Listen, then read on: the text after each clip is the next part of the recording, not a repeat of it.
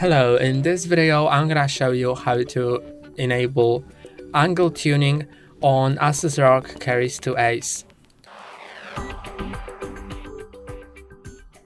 To do it, go to Performance, then find angle tuning right here, and you can set it to any of those values.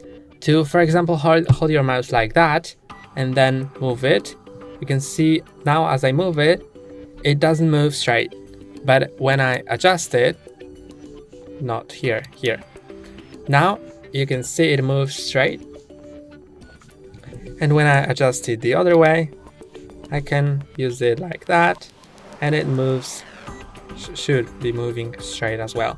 So you can adjust the angle anywhere from between -20 to +20. I'm gonna set it to 0 and now it works normally. That's all for today. Don't forget to like and subscribe. See you next time.